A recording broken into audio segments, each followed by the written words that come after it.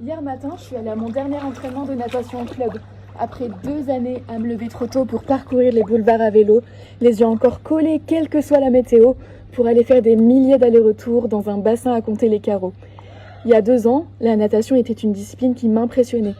J'étais persuadée que jamais j'y arriverais. Spoiler, je me suis inscrite et j'ai même progressé bien au-delà de ce que j'imaginais. Au début, j'y suis allée pour continuer à bouger, pour garder un lien avec mon corps alors que j'enchaînais les blessures qui m'empêchaient de gambader. Finalement, ces blessures m'ont plutôt ouvert une porte que j'aurais jamais pensé pousser. J'ai appris à faire du papillon, à bien brasser, à déchiffrer un vocabulaire à base de souple, râteau, grand chien, spé. J'ai entraîné ma mémoire à retenir des séries entières. J'ai pesté, halté, recommencé. J'ai lutté contre l'eau avant de finir par l'apprivoiser.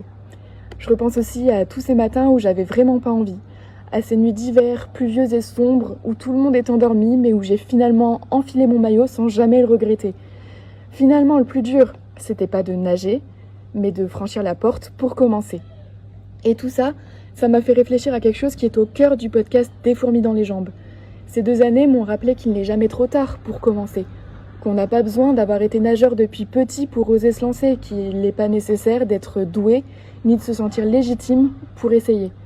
Faut parfois accepter d'être débutant, de sortir de sa zone de confort, faut y aller et se laisser porter.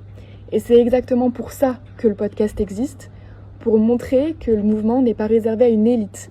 Bouger, c'est pas forcément synonyme de performer.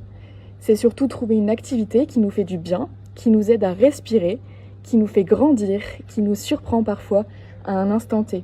Aujourd'hui, c'est la fin d'un cycle qui marque aussi la fin d'une période de blessure où j'ai finalement appris à faire autrement, à m'adapter, à trouver des étincelles là où je les attendais pas. Il y a un peu de nostalgie, beaucoup de gratitude et surtout l'envie de continuer à explorer, à essayer, à apprendre, à partager toutes ces histoires qui nous mettent en mouvement. Et je vous promets que j'ai toujours autant de fourmis dans les jambes.